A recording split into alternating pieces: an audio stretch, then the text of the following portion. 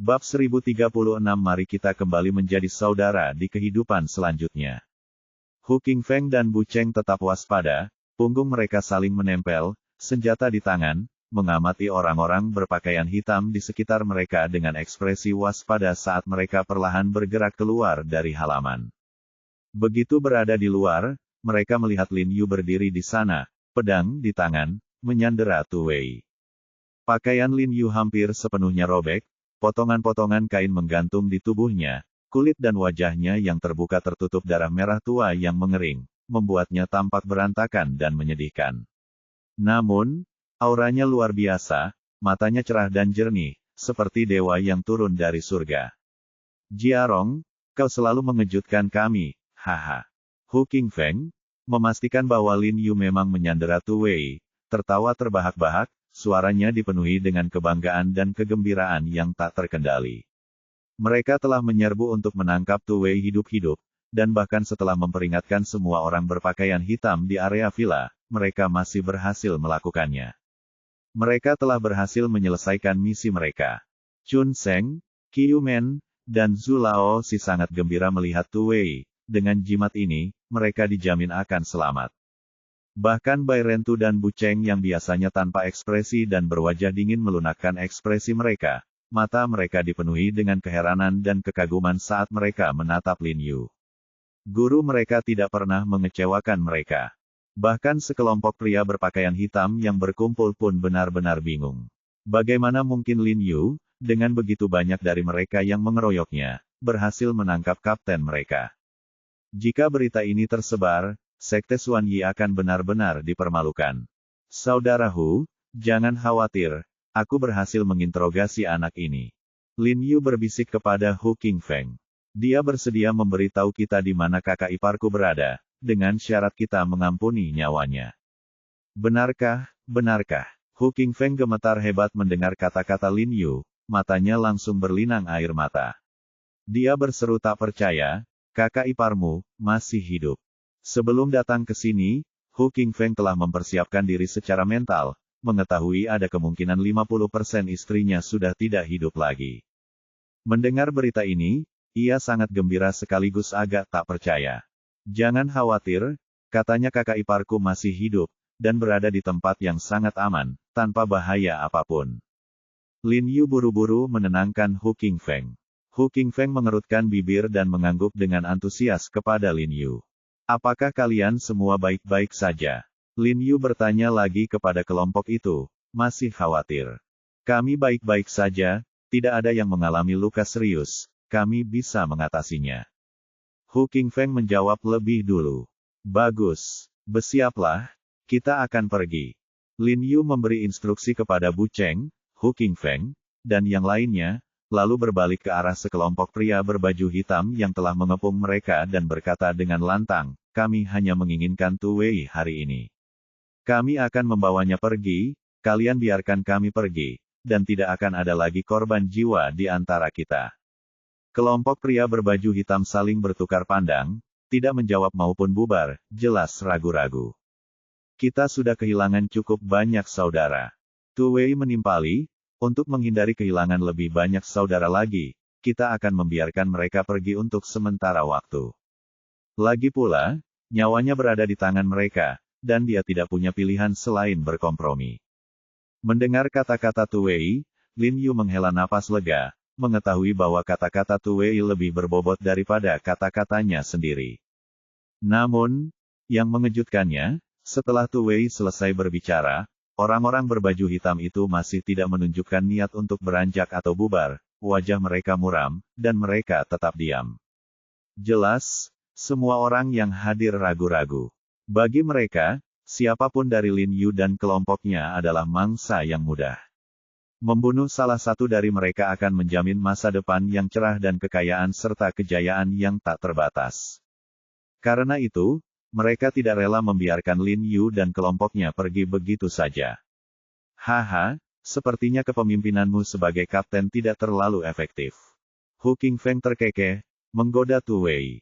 Tetapi saat dia berbicara, matanya menyapu dingin ke arah kelompok orang berbaju hitam di hadapannya, mengawasi setiap gerakan mereka, siap menyerang kapan saja.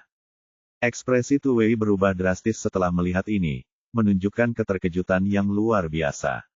Orang-orang bodoh ini berani tidak mematuhinya. Tu Wei segera berteriak marah, "Kalian semua tuli. Sudah kubilang minggir. Kalian mau aku mati?" Mendengar teguran marah itu, kelompok itu saling bertukar pandang lagi sebelum menyingkir, memberi jalan bagi Lin Yu dan kelompoknya, menciptakan jalan sempit untuk dua orang. "Kapten, pemimpin sekte lama mengatakan kita harus melakukan segala daya untuk membasmi He Jiarong dan geng penjahatnya." Pada saat ini, seorang pria berbaju hitam yang berdiri di atap tiba-tiba berteriak kepada Tu Wei dengan suara berat. "Benar, aku telah melakukan apa yang diperintahkan pemimpin sekte lama. Apa kukatakan kita tidak akan membasmi mereka?" Tu Wei mendongak dan melirik dingin pria berbaju hitam itu, berkata tajam, "Aku hanya mengatakan untuk membiarkan mereka pergi sementara." Dia bercanda, dia sudah ditangkap, mengapa dia ingin membunuh mereka? Pria berbaju hitam itu terdiam setelah mendengar kata-kata Tu Wei, matanya tertuju pada Lin Yu dan yang lainnya, wajahnya dipenuhi kebencian. Dia tahu bahwa membiarkan mereka pergi berarti memberi mereka kesempatan untuk naik pangkat. Melihat semua orang sudah tenang, Lin Yu membawa Tu Wei keluar, tetapi ia berjalan perlahan, matanya dingin mengamati sekelompok pria berbaju hitam di kedua sisinya, waspada terhadap serangan mendadak. Hu Qingfeng dan yang lainnya melanjutkan strategi mereka sebelumnya, berdiri saling membelakangi berpasangan, dengan waspada mengamati kerumunan di sekitar mereka saat mereka perlahan bergerak keluar. "Minggir, minggir sedikit lagi." Tu Wei berteriak marah kepada bawahannya, menyuruh mereka mundur sedikit. Tetapi ia tiba-tiba berhenti, langkahnya goyah. Ia melihat sekeliling dengan ngeri, lalu melihat ke perutnya. Dalam cahaya redup, ia dapat melihat lembing berkilauan tertancap di kulitnya, darah perlahan mengalir dari luka tersebut. Buk, suara daging tertusuk lainnya terdengar, dan belati tajam lainnya muncul di dada kirinya. Kau. Tu Wei mendongak ke arah kerumunan dengan ngeri, tidak percaya bahwa bawahannya berani membunuhnya. "Ada apa?" Lin Yu bertanya kepada Tu Wei, bingung, ketika ia melihatnya tiba-tiba berhenti. Ia kemudian menyadari ada sesuatu yang salah dan segera memeriksa tubuh Tu Wei. Ekspresinya berubah drastis ketika melihat lembing dan pedang pendek tertancap di perut Tu Wei, diikuti rasa dingin. Ia tidak pernah menyangka orang-orang ini akan membunuh Tu Wei, lagi pula, Tu Wei adalah pengawal pribadi Rong Hesu. Ia memegang posisi yang sangat tinggi di sekte Xuan Yi, membunuhnya sama saja dengan pengkhianatan. Tetapi pada akhirnya, kawan-kawan, ini tetap membunuhnya. Tu Wei terhuyung dan berlutut di tanah, wajahnya pucat pasi, darah mengalir deras dari mulutnya. Hu Qingfeng dan yang lainnya pucat pasi melihat pemandangan itu, hati mereka dipenuhi kengerian. Mereka tahu keadaannya buruk. Dengan kematian Tu Wei, harapan terakhir mereka untuk melarikan diri telah sirna. "Kapten, ada apa?" Beberapa anggota setia dari kerumunan berteriak begitu mereka menyadari perilaku Tu Wei yang tidak biasa. "Ada apa?" Tu Wei adalah pengawal pribadi pemimpin sekte, orang yang paling dipercaya pemimpin sekte, namun dia dengan terang-terangan membiarkan para pembunuh yang membunuh wakil pemimpin sekte pergi. Pengkhianat seperti itu pantas mati. Pada saat ini, sebuah suara terdengar dari kerumunan, berteriak, "Jika kita membunuhnya, itu akan menjadi cara untuk membersihkan sekte demi pemimpin sekte lama." Ya, membersihkan sekte. Pengkhianat seperti ini tidak pantas menjadi anggota sekte Xuan Yi. Bunuh He Jiarong, balas dendam atas wakil pemimpin sekte. Bunuh mereka, bunuh mereka, bunuh mereka. Banyak pria berpakaian hitam di kerumunan segera ikut berteriak, mengangkat senjata mereka dan berteriak untuk membunuh Lin Yu dan yang lainnya. Kemudian, seseorang meraung dan menyerbu ke depan, diikuti oleh kerumunan di sekitarnya yang menerjang maju seperti gelombang pasang. "Jiarong, sepertinya kita tidak akan bisa keluar dari sini hidup-hidup kali ini. Jangan minum sup mengpo di alam baka, kita akan tetap bersaudara di kehidupan selanjutnya." Hu Qingfeng tidak menunjukkan rasa takut di wajahnya, tetapi malah tertawa terbahak-bahak dan menyerang dengan agresif orang-orang berpakaian hitam di sekitarnya, sambil mengacungkan senjatanya. Bab 1037 Aku tidak setuju, berani-beraninya kau mati. Haha, Bahkan jika aku mati dalam pertempuran ini, aku akan tetap membuat nama untuk diriku sendiri. Zhu Laozi tertawa terbahak-bahak, menahan rasa sakit di bahunya, dan menyerbu kerumunan yang berdesakan dengan senjatanya. Di antara mereka yang hadir, Zhu Laozi adalah yang paling tidak takut mati, karena dia tidak memiliki ikatan apapun. 3 orang yang paling dia sayangi telah tiada, dan dia bahkan ingin pergi ke alam baka untuk bersatu kembali dengan saudara-saudaranya. Terlebih lagi, mereka bertarung melawan begitu banyak orang dengan kekuatan mereka yang terbatas melawan Sekte Xuan Yi, jadi bahkan jika mereka mati, itu tidak akan memalukan, itu sudah akan menjadi kemenangan yang gemilang. Bu Cheng, Bai Rentu, dan Chun Seng Kiu Men bahkan tidak sempat berbicara sebelum orang-orang berpakaian hitam sudah menyerang mereka.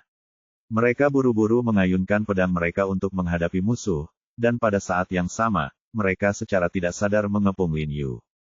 Meskipun mereka tahu bahwa Lin Yu tidak membutuhkan perlindungan mereka, mereka tetap secara otomatis melindunginya. Lin Yu melirik Tu Wei yang tergeletak mati di tanah, lalu melihat kerumunan orang yang padat di sekitarnya.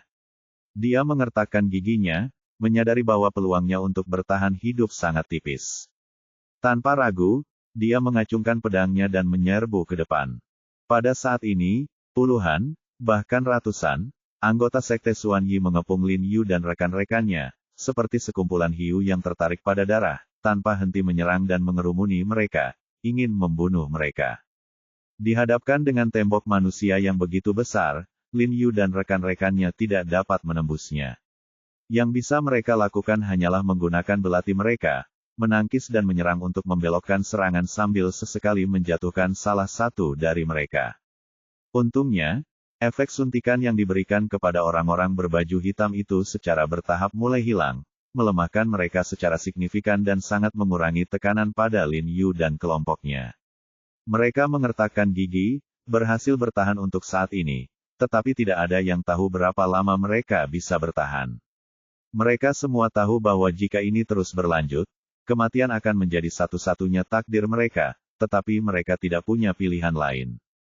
Beberapa menit kemudian, lengan Hu Qingfeng dan yang lainnya, yang menggenggam pisau mereka, sedikit bergetar.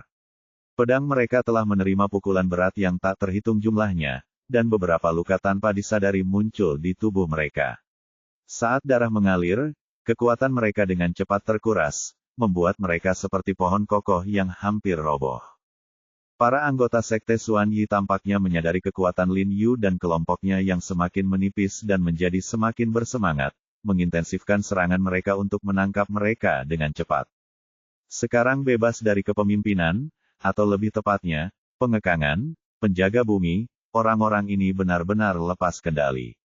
Pembunuhan Lin Yu bukanlah untuk penjaga bumi, atau untuk Sekte Xuan Yi, tetapi untuk keuntungan pribadi mereka sendiri. Karena itu, mereka menjadi semakin mengamuk dan agresif. Saudara He, kau bilang polisi akan datang, dan berapa lama lagi? Chun Seng berjuang melawan orang-orang berpakaian hitam di sekitarnya, bertanya kepada Lin Yu dengan suara rendah. Suaranya dipenuhi kelelahan dan ketakutan. Di usia 20 tahun, melihat kematian begitu dekat, dia tidak bisa tidak merasa panik. Mendengar kata-kata Chun Seng, Lin Yu merasakan sakit yang tak terlukiskan. Awalnya ia menyimpan secercah harapan yang tidak realistis bahwa polisi akan datang, tetapi begitu banyak waktu telah berlalu tanpa suara, jelas menunjukkan bahwa patroli tidak akan datang. Chun Seng, Kiuman. Ekspresi Lin Yu mengeras saat ia berbicara kepada Chun Seng dan Kiuman dengan suara berat, dengarkan baik-baik, kalian berdua. Aku akan menahan mereka sebentar. Cari celah dan bergegas keluar. Ingat, gunakan seluruh kekuatan kalian untuk berlari. Berpencar. Lin Yu mampu melarikan diri, tetapi ia tidak bisa meninggalkan saudara-saudaranya, meskipun itu berarti menghabiskan peluru terakhirnya. Namun, hutang budi yang ia miliki kepada Jiang Yan dan keluarganya hanya dapat dibayar di kehidupan selanjutnya. Sebelum bertindak, ia telah menyiapkan pesan teks untuk dikirim keesokan paginya, sebuah surat wasiat untuk Jiang Yan. Meskipun ia tidak dapat menyelamatkan semua orang, ia dapat menciptakan celah bagi Chun Seng dan Kiuman untuk melarikan diri. Apakah mereka dapat melarikan diri bergantung pada diri mereka sendiri. Ia tahu bahwa Chun Seng dan Kiuman adalah yang termuda dan paling polos di antara mereka, dan bahwa mereka memiliki masa depan yang cerah di depan mereka. Jadi, bisa dimengerti jika dia takut mati, akan sangat disayangkan jika mereka mati seperti ini. Saudara He, aku hanya bertanya. Aku tidak akan pergi. Aku tidak takut mati. Wajah Chun Seng mengeras saat ia menangkis serangan di sekitarnya. Aku tidak ingin hidup, aku hanya ingin hidup bersamamu. Hati Lin Yu bergetar mendengar ini, dan matanya berkaca-kaca. Saudara He, kami berjanji akan melewati api dan air bersamamu. Qiu Men buru-buru menambahkan, denganmu di sini, kami tidak takut apapun. Kami sudah cukup dengan dunia fana, jadi bawa kami ke dunia bawah untuk sementara waktu. Haha, bagus. Mata Lin Yu memanas saat ia mengangkat kepalanya dan berteriak setuju. Ia mengayunkan pedangnya dengan lebih kuat, tertawa terbahak-bahak, mati bersama saudara-saudaraku adalah kehormatan terbesar dalam hidupku, He Jiarong. Adik kecil, kau tidak bisa melakukan itu. Kakakmu belum setuju, berani-beraninya kau mati. Tepat saat Lin Yu selesai berbicara, sebuah suara jernih tiba-tiba terdengar dari atas. Lin Yu bergidik mendengar suara itu, matanya membelalak saat ia berputar untuk melihat ke arah sumber suara. Di atap villa di belakangnya berdiri 6 sosok gelap, semuanya mengenakan pakaian tidur yang elegan. Namun, untuk membedakan mereka dari orang-orang berpakaian hitam dari Sekte Xuan Yi, masing-masing memiliki pita putih yang disulam di lengan mereka. Rose. Meskipun Lin Yu tidak dapat melihat wajah mereka dengan jelas, ia segera mengenali sosok ramping dan indah dari orang di tengah sebagai Rose. Ia mengenal Rose dengan baik, ia dapat langsung mengenalinya dari setiap gerakannya. Orang-orang berpakaian hitam dari Sekte Xuan Yi juga memperhatikan ke-6 sosok di atap, tetapi mereka tidak menganggapnya serius. Jumlah mereka lebih banyak, dan Lin Yu serta kelompoknya sudah kelelahan, menambahkan 6 orang ini hanya akan mengakibatkan lebih banyak korban. Yang mengejutkan mereka, Rose dan yang lainnya tidak langsung menyerang. Masing-masing dari mereka mengeluarkan beberapa benda berbentuk bola dari saku mereka dan melemparkannya ke arah orang-orang berpakaian hitam di bawah dan Lin Yu serta kelompoknya. Para pria berbaju hitam, merasakan datangnya proyektil, segera mengayunkan pedang mereka untuk menangkisnya. Dengan suara, bang, benda-benda berbentuk bola itu tiba-tiba meledak, menyebarkan bubuk kemana-mana seperti hujan. Bang bang bang. Benda-benda berbentuk bola lainnya terbelah oleh para pria berbaju hitam atau meledak secara otomatis saat benturan, memenuhi udara dengan asap bubuk. Mudah sekali. Para pria berbaju hitam dari Sekte Xuan Yi tampaknya memperhatikan sifat bubuk yang tidak biasa itu, tetapi banyak yang mencemoohnya. Kemudian, mereka semua secara bersamaan mengeluarkan pil dari saku mereka dan memasukkannya ke dalam mulut mereka. Mereka adalah anggota Sekte Xuan Yi, jadi mereka secara alami memahami pengobatan. Meskipun fokus utama mereka adalah pada seni mistik, keterampilan medis mereka tidak terlalu hebat, mereka masih dapat mengetahui bahwa kabut bubuk itu hanyalah sejenis ramuan tidur. Untuk berjaga-jaga terhadap hal ini, mereka selalu membawa penawar, jadi ramuan ini tidak efektif melawan mereka. Namun, yang sangat mengejutkan mereka, setelah menelan pil tersebut, mereka masih merasa goyah. Tubuh mereka lemah, dan kekuatan mereka langsung berkurang. Rasa takut yang mendalam terpancar di mata sekelompok pria berbaju hitam, mereka benar-benar tidak menyangka akan ada ramuan tidur yang bahkan Sekte Xuan Yi mereka pun tidak bisa lawan. Yang tidak mereka ketahui adalah bahwa pil itu sudah berefek, jika tidak, mereka pasti sudah roboh ke tanah. Rose dan yang lainnya di atap juga agak heran bahwa ramuan tidur yang begitu ampuh tidak mempengaruhi anggota Sekte Xuan Yi. Mereka juga dapat melihat bahwa meskipun anggota Sekte Xuan Yi tidak pingsan, kekuatan dan kelincahan mereka sangat terbatas, dan beberapa anggota yang lebih lemah bahkan terhuyung-huyung.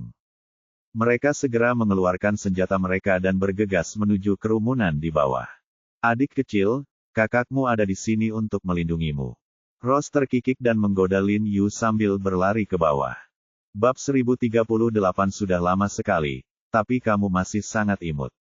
Setelah Rose dan kelompoknya yang berjumlah 6 bergegas turun, mereka segera melindungi Lin Yu dan yang lainnya. Karena mereka telah melemparkan ramuan tidur ke semua orang, Lin Yu dan yang lainnya tentu saja juga terpengaruh. Memang, selain Lin Yu, Hu Qingfeng dan yang lainnya semuanya berada di bawah pengaruh ramuan itu, merasa lemah dan kelelahan, hampir tidak mampu mengangkat pedang mereka. Untungnya, anggota Sekte Xuan Yi tidak dalam kondisi yang lebih baik, dan ketika Ross dan kelompoknya bergegas turun, sekelompok pria berbaju hitam langsung ketakutan dan mundur beberapa langkah. Ross dan kelompoknya langsung menyerang kelompok itu, tanpa ampun dan menunjukkan kekejaman. Pedang mereka berkilat dingin, setiap serangan hampir fatal. Pada saat ini, mereka penuh energi, sementara anggota Sekte Xuan Yi lemah dan lesu, membuat pembantaian mereka semudah memotong sayuran. Lin Yu, yang tidak terpengaruh oleh ramuan itu, juga bergegas maju, dengan cepat membantu Ross dan kelompoknya membunuh orang-orang berbaju hitam. Adik kecil, apakah kau merindukanku? Ross tiba-tiba melesat ke sisi Lin Yu, bertanya sambil menyeringai. Matanya, yang bersinar terang, dipenuhi dengan kegembiraan dan antusiasme akan reuni yang telah lama ditunggu-tunggu. Lin Yu tersenyum tak berdaya padanya, tidak yakin bagaimana harus menjawab. Dia hanya bisa mengacungkan pedangnya dan menyerbu ke arah kelompok pria berbaju hitam. Para pria berbaju hitam itu sudah kocar-kocar. Menyadari bahwa mereka bukan tandingan Lin Yu dan para sahabatnya, mereka meninggalkan semua perlawanan tanpa sepatah kata pun dan berbalik untuk melarikan diri. Sebelumnya, ketika mereka unggul, mereka seperti serigala haus darah, tanpa henti menyerang dan mencabik-cabiknya. Tetapi sekarang, menyadari bahwa mereka tidak memiliki peluang untuk menang, mereka seperti anjing liar, ekor di antara kaki mereka, menyelinap pergi dalam keadaan yang menyedihkan. Inilah Sekte Xuan Yi. Melihat para pria berbaju hitam melarikan diri ke segala arah, Lin Yu menghela napas lega. Dia tidak repot-repot mengejar mereka, tetapi dengan cepat membungkuk untuk merawat Hu Qingfeng dan Bu Cheng, memeriksa luka-luka mereka. Ross tetap tinggal, tetapi kelima pria berbaju hitam yang datang bersamanya tanpa henti mengejar dan menyerang kelompok pria berbaju hitam itu sampai mereka benar-benar diusir. Di mana penawarnya? Lin Yu bertanya dengan cemas kepada Ross ketika melihat Hu Qingfeng dan yang lainnya telah dibius dan pingsan. Adikku, aku menyelamatkan hidupmu, dan kau bahkan tidak mengucapkan terima kasih, kau hanya peduli dengan penawarnya. Ross melepas topengnya, memperlihatkan wajahnya yang cantik dan menawan, dan berkata kepada Lin Yu sambil tersenyum dan memiringkan kepalanya. Dengan hubungan kita, mengucapkan terima kasih akan terlalu formal. Kata Lin Yu sambil tersenyum. Itu benar, kita praktis seperti keluarga. Ross tersenyum menawan, dan tiba-tiba membungkuk ke arah Lin Yu, tubuhnya yang hangat menempel padanya, matanya penuh tawa saat menatapnya. Lin Yu mencium aroma aneh, dan jantungnya berdebar kencang. Ekspresinya berubah, dan otot-ototnya menegang. Ross memperhatikan kecanggungan Lin Yu dan tertawa lebih keras. Dia dengan lembut membelai wajah Lin Yu dengan jari-jarinya yang ramping dan berkata, adikku, sudah lama sekali, kau masih secantik dulu. Dengan itu, Ross mengeluarkan botol kecil dari dadanya dan menyerahkannya kepada Lin Yu, sambil berkata, biarkan mereka masing-masing mencium baunya. Lin Yu dengan cepat mengambil botol itu dan menempelkannya ke hidung Hu Qingfeng dan yang lainnya. Mereka batuk dan perlahan terbangun. Tuan, di mana orang-orang dari Sekte Xuan Yi? Bu Cheng dan yang lainnya sangat terkejut mendapati semua orang di sekitar mereka telah pergi. Mereka semua melarikan diri. Lin Yu tersenyum dan menjelaskan kepada semua orang, sambil juga memperkenalkan Ross. Jadi kau Ross. Hu Qingfeng memandang Ross dari atas ke bawah, lalu tertawa. Tidak heran kakakku He sangat mempercayaimu. Selalu mudah untuk mempercayai wanita cantik. Kakak Hu, omong kosong apa yang kau bicarakan? Lin Yu berkata tak berdaya kepada Hu Qingfeng, lalu dengan santai menepuk luka di bahu Hu Qingfeng, menyebabkan Hu Qingfeng berteriak kesakitan.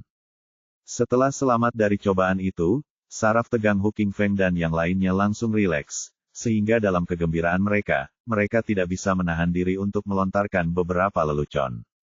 Terima kasih atas pujiannya, Kakak Hu. Sebagai seorang wanita, Ross juga menikmati pujian. Dia langsung memanggil Hu Qingfeng sebagai Kakak Hu, sama seperti Lin Yu, lalu melirik Lin Yu dengan genit dan menggoda, tapi aku bukan tandingan Tuan He. Harimau betinanya di rumah jauh lebih cantik. Lin Yu langsung merasa malu karena godaan itu dan hanya bisa tersenyum kecut. Rose ini, setelah sekian lama, masih setajam lidahnya seperti biasanya. Sebagian besar dari mereka melarikan diri. Terlalu banyak untuk ditangkap. Sebuah suara dingin datang dari belakang Rose. Kelima pria yang pergi mengejar orang-orang berbaju hitam telah kembali. Mata pemimpin mereka dipenuhi dengan rasa dingin yang dalam, bahkan permusuhan, saat dia menatap Lin Yu tanpa berkedip. Bailey. Lin Yu langsung mengenalinya dari suara dan matanya, itu Bailey. Terima kasih banyak kali ini. Kata Lin Yu dengan penuh syukur. Bagaimana kau tahu tentang tempat ini? Bailey melirik Lin Yu dengan acuh tak acuh, sama sekali mengabaikannya, dan berbalik ke Rose, berkata, ayo pergi. Pergi. Lin Yu langsung terkejut dan buru-buru berkata, aku belum berterima kasih dengan sepatutnya kepada kalian, saudara-saudara. Dia bahkan belum melihat seperti apa rupa orang-orang ini, dan Bailey serta yang lainnya sudah pergi. Tidak perlu berterima kasih. Kami tidak datang untuk menyelamatkanmu, kami datang untuk Rose. Suara Bailey dingin dan meremehkan. Dia selalu menganggap Lin Yu sebagai saingannya dalam cinta, jadi wajar jika dia tidak menunjukkan ekspresi ramah. Kalian duluan saja, aku akan segera menyusul. Kata Rose kepada Bailey, tetapi matanya tetap tertuju pada Lin Yu, ekspresinya menunjukkan sedikit keengganan.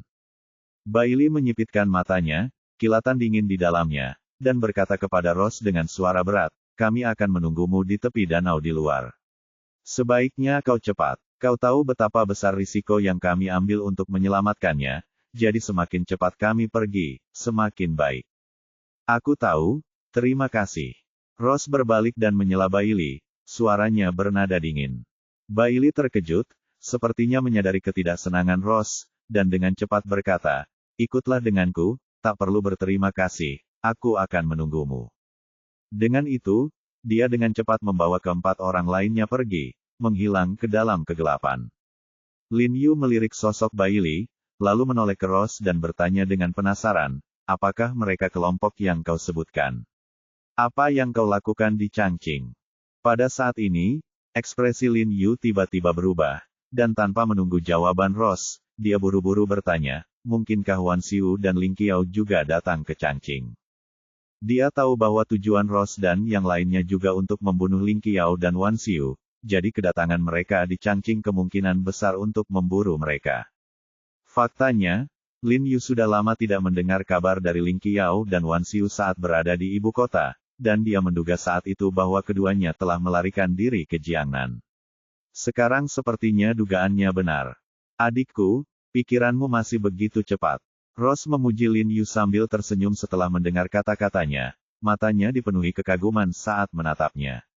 Kenangan interaksi mereka di masa lalu terlintas di benaknya. Dia membuka mulutnya, ingin berbicara tetapi ragu-ragu, hatinya dipenuhi begitu banyak yang ingin dikatakan, namun tidak dapat menemukan kata-kata yang tepat. Sayang sekali aku tidak bisa tinggal dan membantumu. Lin Yu menggelengkan kepalanya, menghela napas menyesal. Prioritas utamanya adalah kembali ke Sangjing dan merebut kesempatan terakhir untuk membunuh Rong Hesu. Tidak apa-apa, kita bisa mengatasinya sendiri. Rose tersenyum pada Lin Yu. Hati-hati. Ekspresi Lin Yu berubah serius, matanya bersinar terang saat dia dengan sungguh-sungguh berkata kepada Rose, aku akan menunggumu di Sangjing. Kau harus selamat. Jangan lupa, kita akan berkeliling dunia bersama. Berkeliling dunia. Jantung Rose berdebar kencang, matanya tiba-tiba memerah. Dia benar-benar tidak menyangka Lin Yu akan mengingat apa yang baru saja dia sebutkan. Baiklah, kau yang akan membayar semuanya. Rose tersenyum dan mengangguk, lalu melambaikan tangannya dengan acuh tak acuh, aku pergi. Begitu selesai berbicara, dia berbalik tajam dan berlari keluar, air mata mengalir tanpa suara di pipinya. Sejujurnya, dia tidak tahu apakah dia akan mampu kembali ke ibu kota hidup-hidup kali ini. Bab 1039 Hal terkeren dalam hidupku adalah memiliki saudara laki-laki sepertimu. Lin Yu memperhatikan sosok Rose yang menjauh dan menghilang di kejauhan. Tenggorokannya tercekat, seolah ingin memanggilnya, tetapi ia tidak melakukannya. Sebaliknya, Ia mengangkat tangannya dan melambaikan tangan ke arah Rose pergi, meskipun Rose tidak bisa melihatnya. Jiarong, dia mempertaruhkan nyawanya untuk menyinggung Sekte Xuan Yi demi menyelamatkan kita dari situasi genting ini. Kebaikan itu sungguh berharga. Hu Qingfeng menepuk bahu Lin Yu, berbicara dengan sangat serius. Ia agak takjub bahwa Lin Yu memiliki orang kepercayaan seperti itu. Sekarang ia akhirnya mengerti mengapa Lin Yu sangat mempercayai Rose. Jika bukan karena Rose memberikan informasi, mereka benar-benar tidak tahu kapan mereka akan menemukannya. Sial, pada saat ini, Zhu Laozi, sambil memegangi lukanya, bergegas mendekat dan melihat sekeliling dengan cemas, seolah mencari sesuatu. Ia berseru, Tu Wei sudah mati. Bagaimana kita bisa menemukan kakak iparku sekarang? Haruskah kita memeriksa tubuh Tu Wei? Mencari petunjuk. Mendengar ini, hati Hu Qingfeng berdebar kencang, dan wajahnya langsung pucat pasi. Ya, meskipun kematian Tu Wei bukanlah kerugian besar, kematiannya juga memutus jejak menuju kekasihnya. Tuan He, apakah Tu Wei memberitahu Anda di mana kakak ipar saya berada? Zhu Laozi buru-buru menoleh ke Lin Yu dan bertanya. Tidak, Lin Yu menggelengkan kepalanya dan melanjutkan, meskipun dia tidak mau mengungkapkan lokasi tepatnya, dia memberi saya beberapa informasi. Jika kita menggunakan informasi ini dan meluangkan waktu untuk mencari, kita seharusnya bisa menemukannya. Oh, informasi apa? Mata Hu Qingfeng berbinar, dan dia bertanya dengan tergesa-gesa. Rumah sakit jiwa, kata Lin Yu dengan suara berat.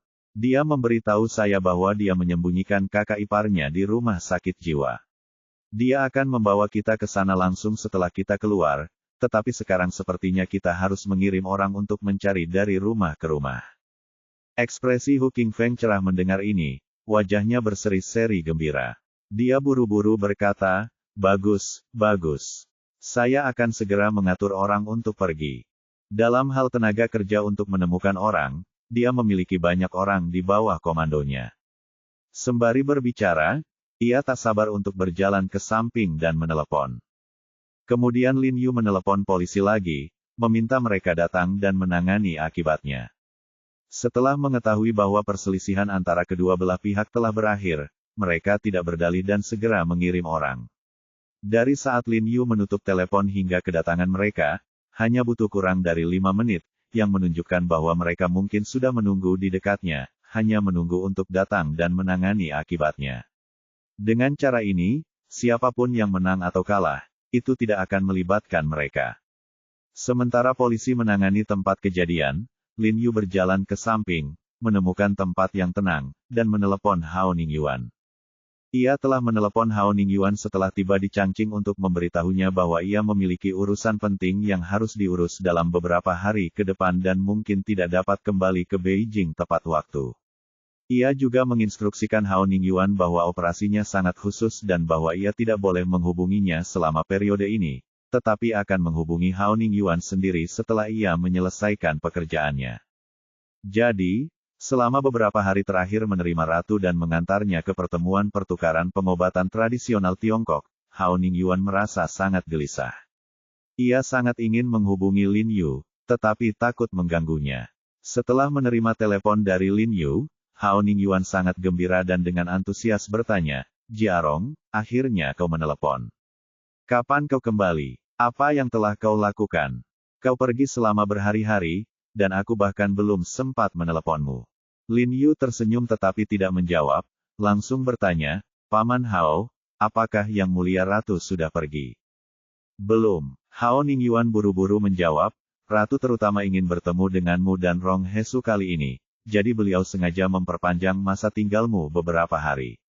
Tapi kau tidak bisa tinggal terlalu lama. Aku sudah bilang kau pergi ke pegunungan untuk mengobati penyakit menular, tetapi kau tidak bisa merawat pasien selama ini, kalau tidak mereka akan mulai meragukan kemampuan medismu. Jangan khawatir, Paman Hao, aku akan kembali besok. Lin Yu buru-buru berkata, apakah Rong Hesu sudah kembali? Lupakan besok, Jiarong. Setahuku, Rong Hesu sepertinya akan naik pesawat kembali ke Shanghai besok sore.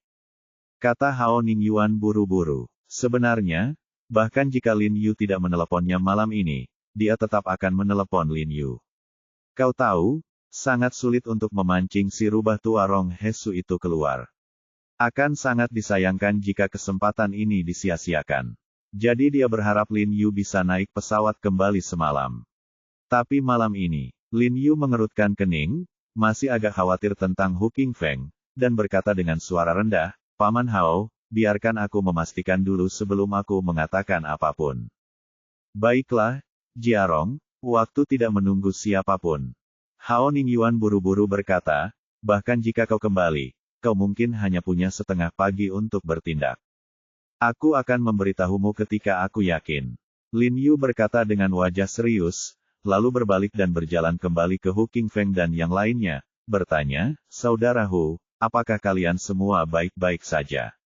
Kami baik-baik saja. Harus kuakui, obat dari Sekte Xuan Yi benar-benar ampuh. Kata Hu Qingfeng sambil mengangkat kepalanya. Karena sebagian besar salep hemostatik yang mereka bawa rusak dan hilang selama pertempuran, dosisnya tidak mencukupi. Jadi, Lin Yu baru saja mencari di antara kelompok pria berbaju hitam dan menemukan beberapa pil penguat Qi dan penambah darah, yang dia berikan kepada Hu Qingfeng dan yang lainnya. Setelah mereka meminumnya, pendarahan dari luka mereka berhenti seketika. Bu Cheng dan Bai Rentu juga menggelengkan kepala kepada Lin Yu, menunjukkan bahwa tubuh mereka baik-baik saja. Kakak Hu, bisakah kau sendiri yang mencari kakak iparmu? Tanya Lin Yu kepada Hu Qingfeng dengan suara berat. Karena Rong Hesu akan meninggalkan Sangjing besok sore, jadi kita. Dia masih di Sangjing. Hu Qingfeng langsung bersemangat mendengar ini dan buru-buru berkata, Jiarong, kalau begitu kalian semua cepat kembali. Aku tidak perlu kalian mengkhawatirkanku di sini. Sekarang aku tahu di mana kekasihku berada, aku pasti bisa menemukannya. Kalian harus kembali dan membunuh bajingan Rong Hesu itu. Mata Bu Cheng dan Bai Rentu berbinar ketika mendengar bahwa Rong Hesu masih di Sangjing. Jantung mereka berdebar kencang, dan mereka tidak sabar untuk kembali dan berurusan dengan penjahat tua ini. Baiklah, ingat untuk memberitahu kami setelah kau menemukan kakak iparmu. Lin Yu mengangguk kepada Hu Qingfeng. Setelah kau membunuh pencuri tua ini, ingat untuk memberitahu aku agar aku bisa ikut berbahagia. Hu Qingfeng tertawa terbahak-bahak, lalu membuka lengannya dan memeluk Lin Yu erat-erat, berkata dengan penuh emosi, Saudara baikku, aku akan selalu mengingat semua yang telah kau lakukan untukku. Hal terhebat yang pernah kulakukan dalam hidupku adalah memiliki saudara baik sepertimu. Saudara Hu, kau terlalu baik padaku. Lin Yu menepuk punggung Hu Qingfeng dan memberi instruksi, setelah kau menemukan istrimu, ingatlah untuk membawanya dan Kai-Kai kepadaku. Aku akan mentraktir mereka. Baik, Hu Qingfeng setuju, lalu memeluk Bu Cheng, Bai Rentu, Chun Seng, Qi Yumen, dan Zhu Laosi satu persatu.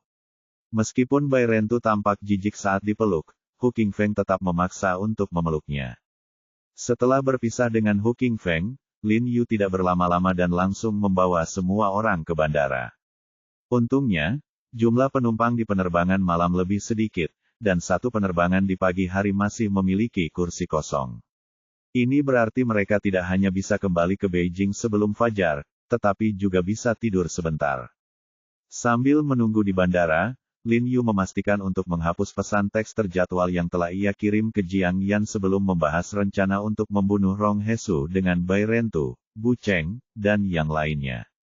Mereka mengetahui dari Hao Ningyuan bahwa Hotel Rong Hesu sangat dekat dengan Hotel Ratu, dan berkat keamanan di sekitar kediaman Ratu, Hotel Rong Hesu sangat aman, sehingga mustahil untuk memanfaatkan situasi tersebut. Selain itu, Bu Cheng dan Hu Qingfeng saat ini kelelahan, dan kekuatan mereka sangat berkurang. Bertindak gegabah tanpa rencana yang matang akan memiliki peluang keberhasilan yang sangat rendah. Oleh karena itu, tidak peduli bagaimana Lin Yu dan yang lainnya membahasnya, mereka semua merasa bahwa waktunya terlalu singkat. Jika mereka memiliki 1 hari lagi untuk merencanakan secara detail dan beristirahat, mereka dapat mencapai hasil 2 kali lipat dengan setengah usaha. Lin Yu memutuskan untuk menelepon Hao Ningyuan dan bertanya dengan suara berat, Paman Hao, bisakah Paman memikirkan cara agar Rong Hesu bisa tinggal 1 hari lagi? Jika mereka tidak bisa kembali tepat waktu, itu tidak masalah, tetapi sekarang mereka bisa memanfaatkan kesempatan untuk kembali. Dia tidak rela membiarkan bajingan tua Rong Hesu itu lolos tanpa cedera. Bab 1040 kunci sukses atau gagal. Ini, Hao Ningyuan di ujung telepon ragu sejenak setelah mendengar kata-kata Lin Yu, mengerutkan kening sambil berpikir keras, tampak sangat gelisah. Paman Hao, mengapa Paman tidak menambahkan pertemuan atau upacara penghargaan, dan secara khusus meminta semua pemimpin pengobatan tradisional Tiongkok untuk tetap tinggal? Dia tidak mungkin tidak tinggal, kan? Lin Yu menawarkan saran kepada Hao Ningyuan. Bagaimanapun, Hao Ningyuan adalah seorang pemimpin di bidang kedokteran, dan Rong Hesu tidak boleh meremehkannya. Jiarong, dia tahu tentang hubunganku denganmu. Hao Ningyuan menghela napas pelan, jadi ini pasti tidak akan berhasil. Aku tahu, tapi aku tidak berada di Beijing sekarang, jadi aku tidak menimbulkan ancaman baginya.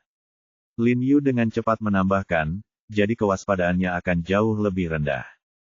Meskipun mereka akan segera kembali ke Beijing, dia bisa menyuruh Hu Qingfeng untuk menciptakan ilusi bahwa mereka masih berada di Changqing, setidaknya untuk membuat Sekte Xuan Yi percaya bahwa dia masih berada di Changqing. Selama kekhawatiran dan sikap defensif Rong Hesu berkurang, dia bisa menunda kepulangannya selama 1 hari.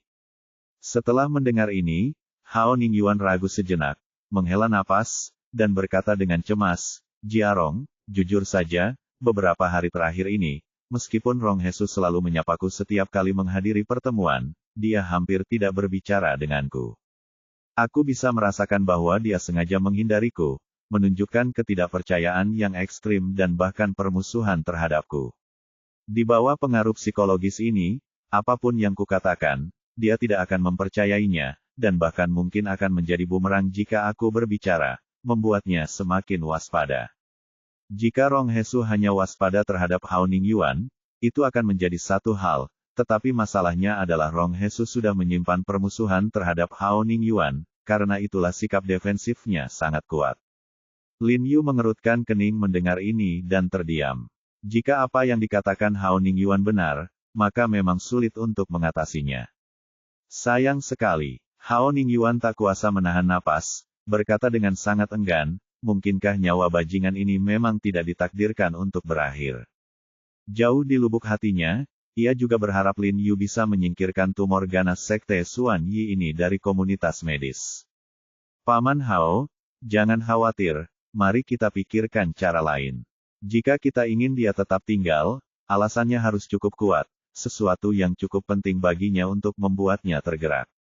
Lin Yu bergumam pada dirinya sendiri, mengerutkan kening sambil memikirkan tindakan balasan. Rubah tua ini benar-benar terlalu sulit untuk dihadapi, membuatnya setuju untuk tetap tinggal hampir mustahil. Terutama setelah apa yang terjadi di Changqing malam ini, hal itu dengan cepat, dan bahkan sekarang, telah sampai ke telinga Rong Hesu. Setelah mengetahui bahwa Tu Wei dan yang lainnya menderita banyak korban sementara Lin Yu dan yang lainnya selamat, Rong Hesu pasti akan khawatir. Bahkan hanya untuk berjaga-jaga, demi alasan keamanan, dia pasti akan meninggalkan Sangjing sesegera mungkin, apalagi menunda bahkan sehari, dia bahkan mungkin kembali ke Senhanhai lebih awal dari yang direncanakan. Apa yang paling dia pedulikan? Tentu saja, uang. Saat itu, Bai Rentu, yang berdiri di samping, mendengar kata-kata Lin Yu dan melanjutkan dengan suara dingin, wajahnya penuh dengan kedinginan. Sebagai korban, dia tahu ini dengan sangat baik. Kau tahu, semua uang yang telah dia pertaruhkan nyawanya untuk dapatkan selama bertahun-tahun telah dikosongkan oleh Sekte Xuan Yi. Ya, orang tua ini suka uang, suka uang. Lin Yu mengangguk dan bergumam. Dia juga tahu bahwa Rong Hesu lebih mencintai uang daripada apapun, tetapi dia tidak bisa hanya menggunakan uang untuk membujuknya agar tetap tinggal. Berpikir sejenak, mata Lin Yu tiba-tiba berbinar, dan dia berseru dengan gembira, aku tahu.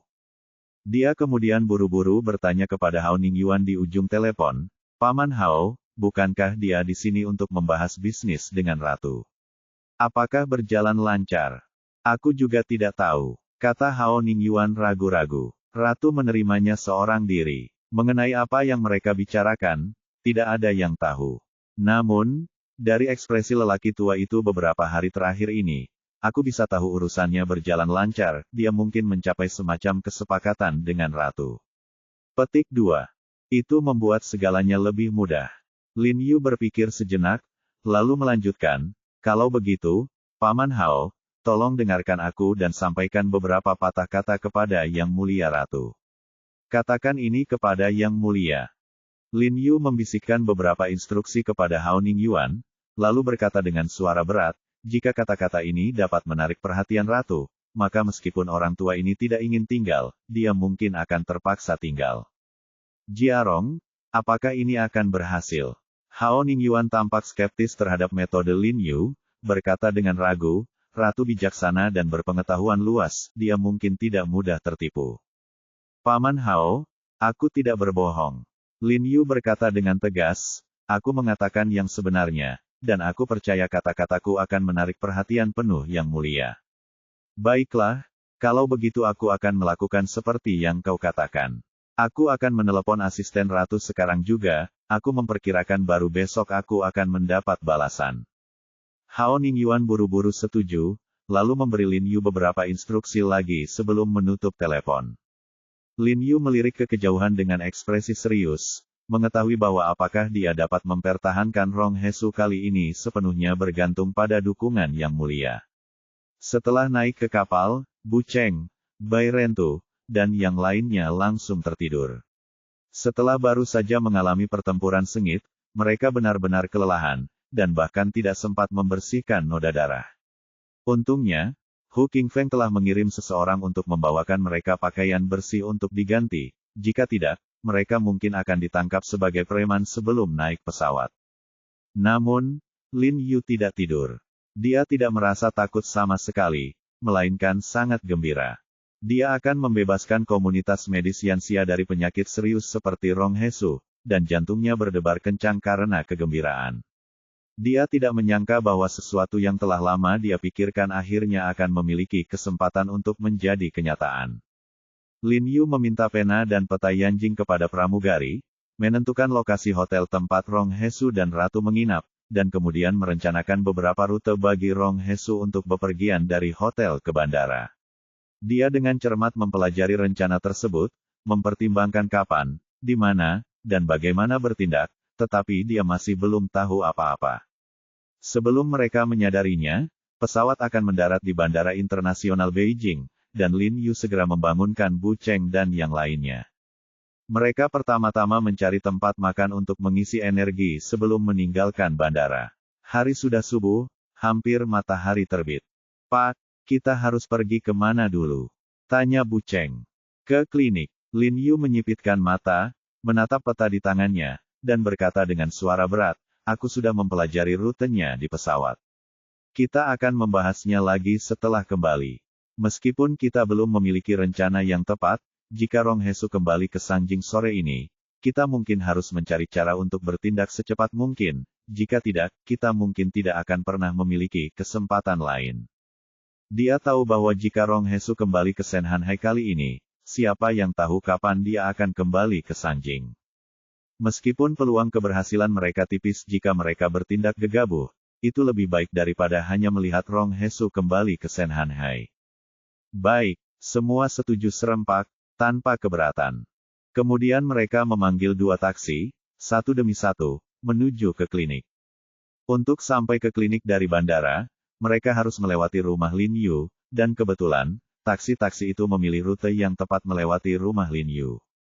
Setelah tiba di dekat rumah Lin Yu, Chun Seng, yang berada di mobil yang sama dengan Lin Yu, mencondongkan badan dan melirik ke kejauhan, dengan bersemangat bertanya, Kakak He, mau pulang sebentar.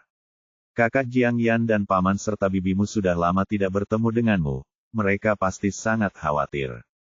Lin Yu melihat keluar jendela ke arah rumahnya, memikirkan Jiang Yan, ibunya, dan mertuanya. Gelombang kerinduan tiba-tiba muncul dalam dirinya, dia sangat ingin kembali dan merasakan kebahagiaan reuni yang telah lama ditunggu-tunggu. Namun, waktu sangat penting, jadi dia akhirnya menggelengkan kepalanya. Tepat saat itu, teleponnya berdering. Dia segera mengeluarkannya dan meliriknya. Ketika dia melihat ide penelepon, jantung Lin Yu berdebar kencang. Itu Hao Ningyuan yang menelepon. Tidak diragukan lagi, Hao Ningyuan telah menerima kabar, yang berarti panggilan ini bisa menjadi kunci keberhasilan atau kegagalan mereka dalam membunuh Rong Hesu. Wajah Lin Yu menjadi gelap, dan dia segera menekan tombol jawab.